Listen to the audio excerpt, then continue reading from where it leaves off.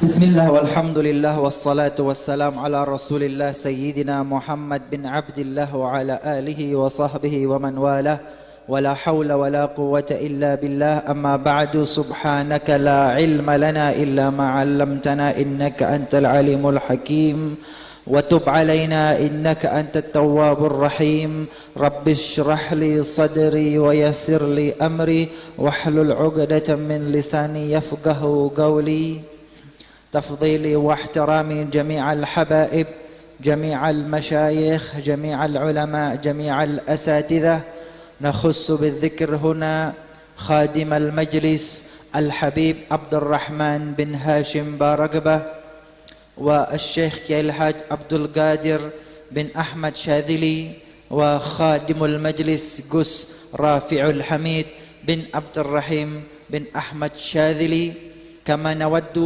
أن نذكر هنا ضيوفنا kiram.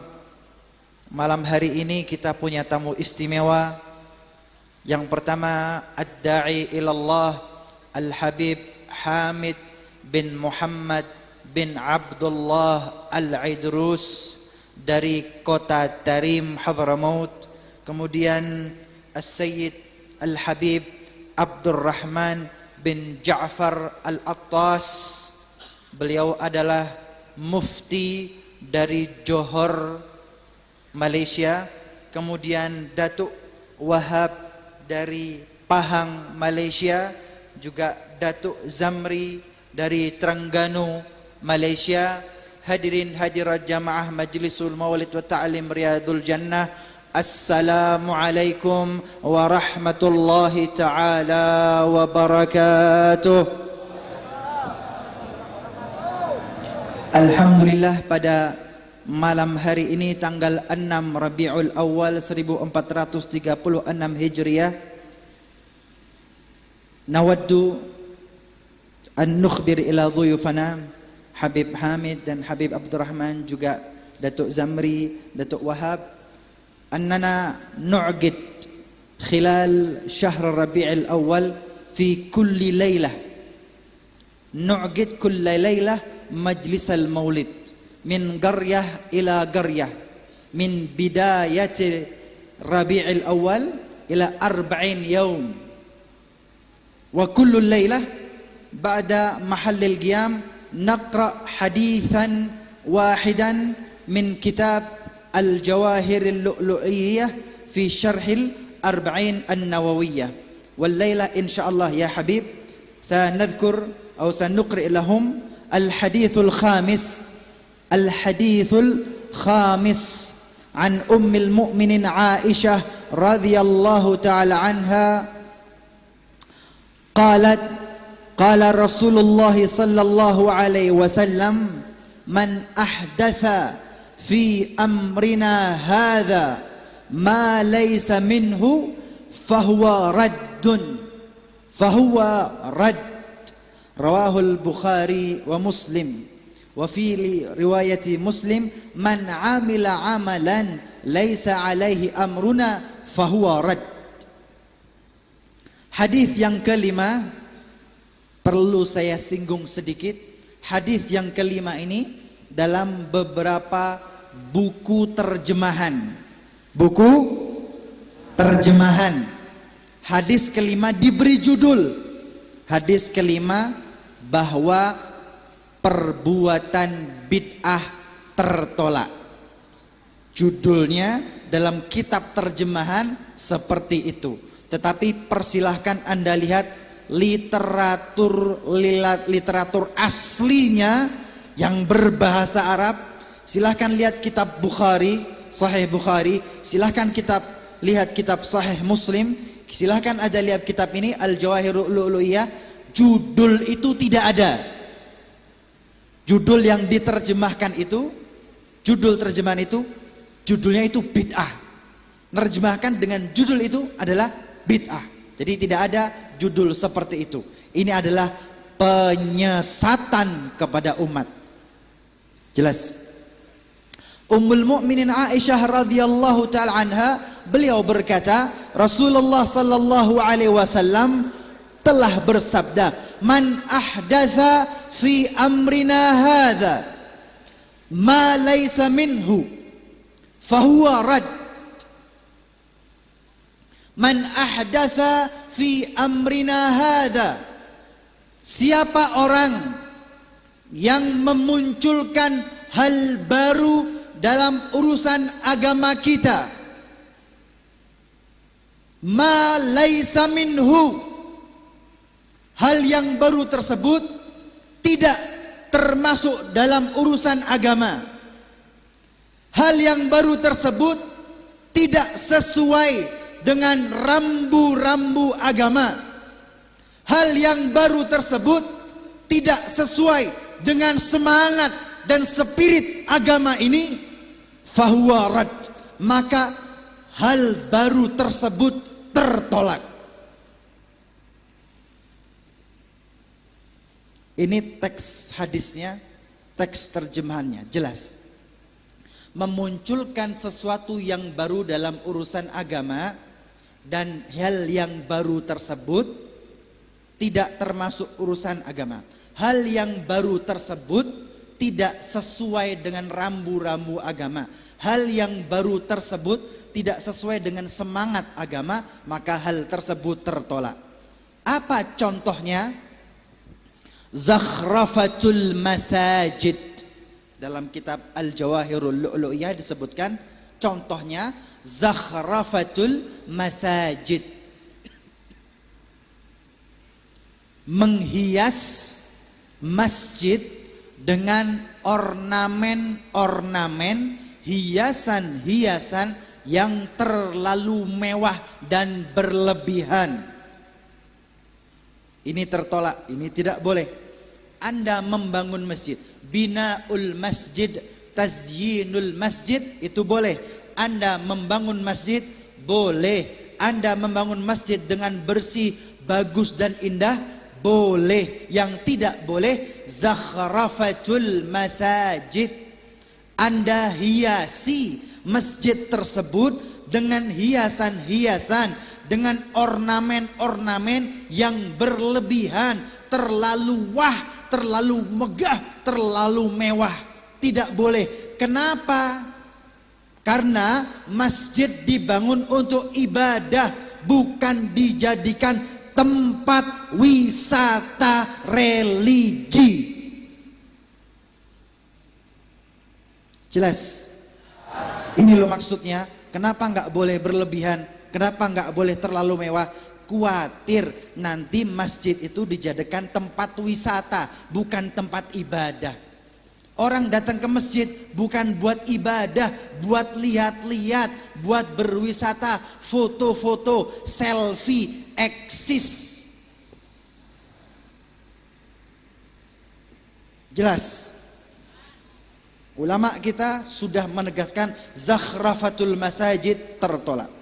Contoh berikutnya al-makus atau al-mukus, pajak pertambahan nilai yang dibebankan kepada para pebisnis. Pajak yang dibebankan kepada pebisnis ini tidak boleh, termasuk bid'ah dan tertolak dalam agama Islam. Kenapa? Loh, para pengusaha, pebisnis itu pasti akan membebankan biaya kepada konsumen, akan membebankan biaya kepada pembeli. Pengusaha produsen tidak akan mau rugi. Maka al-mukus atau al-mukus, pajak yang diambil dari para pebisnis ini tertolak, tidak boleh di dalam agama Islam. Kenapa? Lagi-lagi yang jadi korban adalah wong cilik. Betul? Contoh berikutnya, maaf di sini disebutkan ya, syurbit dukhan, merokok. Disebutkan dalam kitab Al-Jawahirul Lu'lu'iyah, merokok. Rokok ini awal kali munculnya di Inggris. Kemudian para pakar kesehatan, para dokter mereka kemudian tahu bahwa orang yang merokok ini akan mengalami kerusakan yang luar biasa pada tubuh dan diri mereka. Andai kata dia merokok pada hari ini, kemudian berhenti selama 10 tahun. Selama 10 tahun darahnya masih menyimpan bekas rokok. Ente berhenti sekarang, 10 tahun ke depan Anda periksa darah, cek darah, bekas sisa rokok itu masih ada di darah Anda.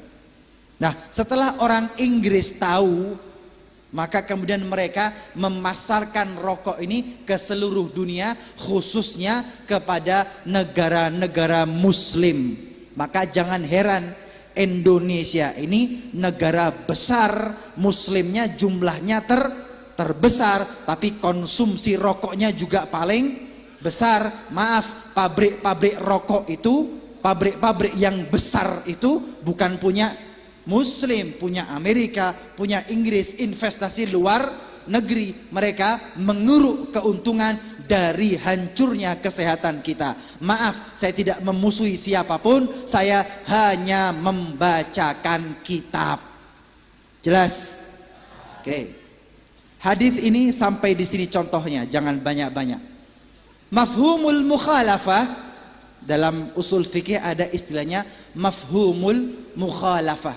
Sebaliknya, barang siapa yang memunculkan hal baru di dalam agama dan hal baru tersebut sesuai dengan ajaran Islam, hal yang baru tersebut sesuai dengan rambu-rambu Islam, hal yang baru tersebut sesuai dengan semangat dan spirit Islam, maka boleh dan diterima.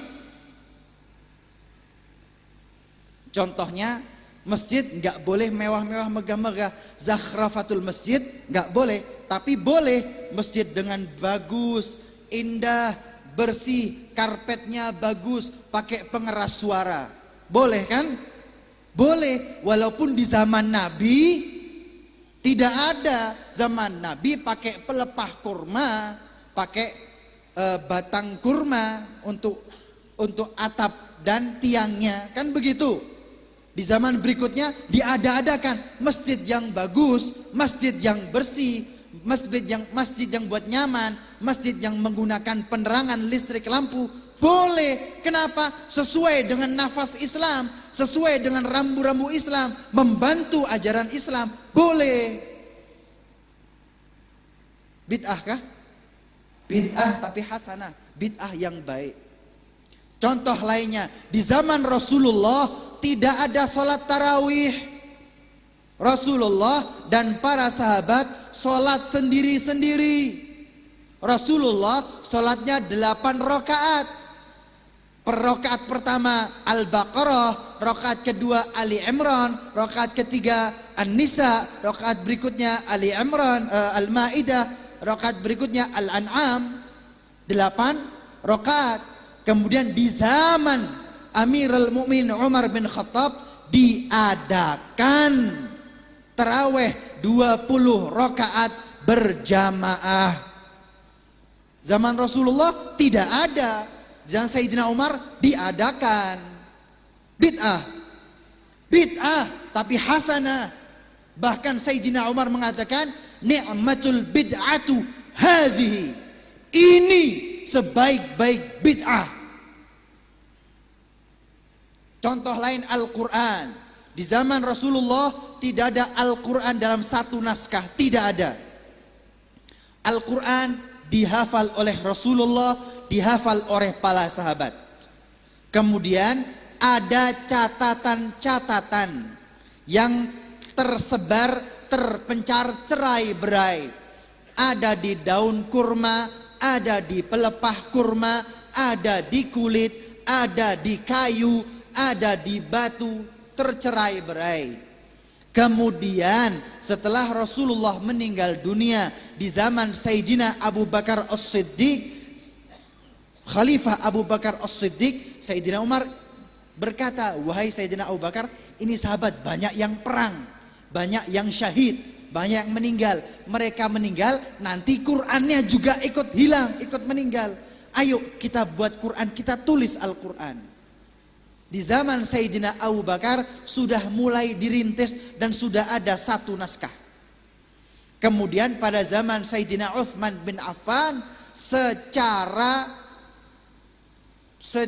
resmi keputusan negara, satu Al-Quran resmi, satu Al-Quran yang dikeluarkan pada zaman Sayyidina Utsman bin Affan, dicetak atau diperbanyak 6 naskah, kemudian dikirim ke negara atau wilayah Islam. Selain naskah resmi negara dibakar, dimusnahkan.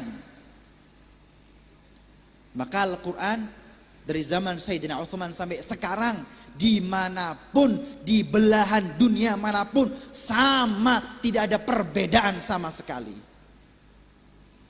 Zaman Rasulullah ada, setelahnya ada. Bid'ah kan? Bid'ah, tapi bid'ah hasanah sesuai dengan spirit dan semangat Islam. Ini adalah syarah penjelasan hadis yang kelima. Jelas ya? Insya Allah amat sangat jelas. Wal afu minkum. Wassalamualaikum warahmatullahi ta'ala wabarakatuh.